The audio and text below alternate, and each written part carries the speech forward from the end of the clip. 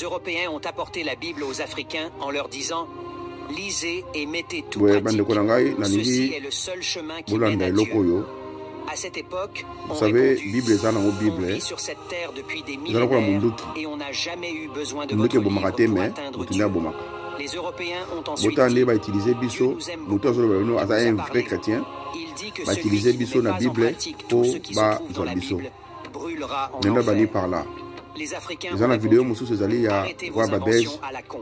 Si Dieu devait nous parler, il le ferait directement sans passer par vous. Vous voulez juste nous endormir pour voler nos richesses. Fâchés, les Européens ont répondu, Dieu nous a envoyé prêcher la bonne nouvelle de Jésus et vous montrer le chemin qui mène au paradis.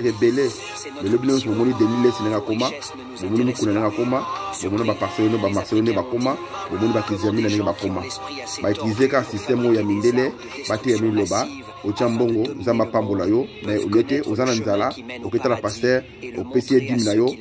l'esprit assez on a déjà une spiritualité satisfaite. Allez évangéliser vos enfants.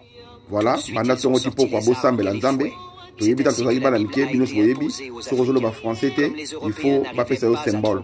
Ba kimisi biso muno na biso, ba kimisi biso ba identité na biso. Ya malamu na bango tozwa, ya mabeto boya, bino boyebi mibali, même Bible le dit que les efféminés n'hériteront jamais le royaume des cieux.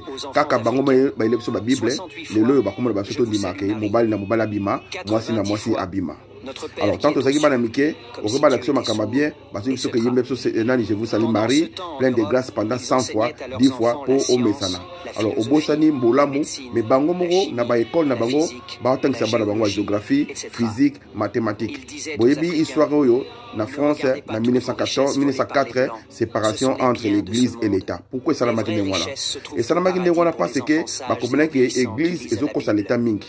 Alors, moi, na oya tangité, yo muto va na poto, na ba mi bata poto, o va na poto 30 ans. Parce que moi aussi Kinshasa, ayo kuboka ngunda, azeli soke na relation ndenge ba otama na poto. Alors, bino soboyebi Galilée, azali ko sambelate, mais azali camarade ya pape. Alors baki boye, c'est la terre qui tourne autour du soleil. Mais Galilée ba bomakié, ba ko réhabiter après 200 ans, ba comprenez que c'est la terre qui tourne autour du soleil, non le soleil qui tourne autour de la terre. Et donc ça la kinde wana, ça la kinde science. Alors, nena senga na ba kongole botanga, ba kosibino mingi.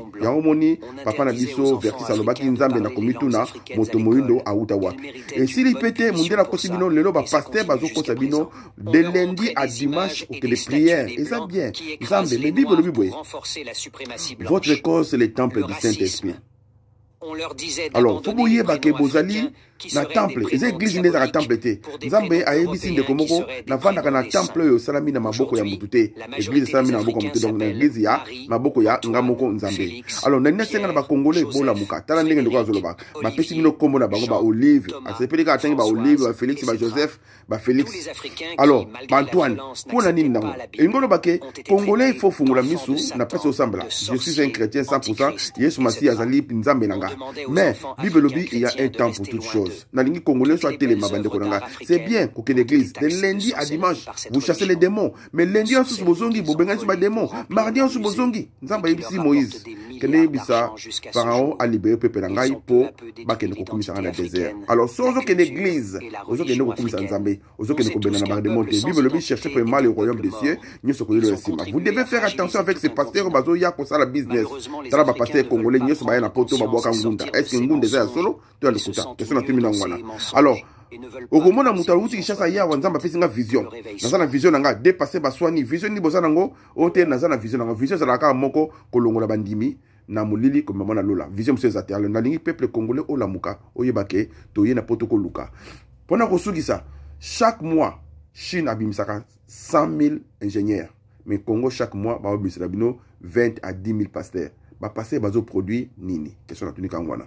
Boza mayele toya to luka bomi mabana na classe ko négliger bana na ote pour l'église ko négliger pe musala na ote pour l'église celui dimanche ezali omoni entre dimanche église na pasteur na musala kende musala pour musala ezata na mama kolo apambola bino.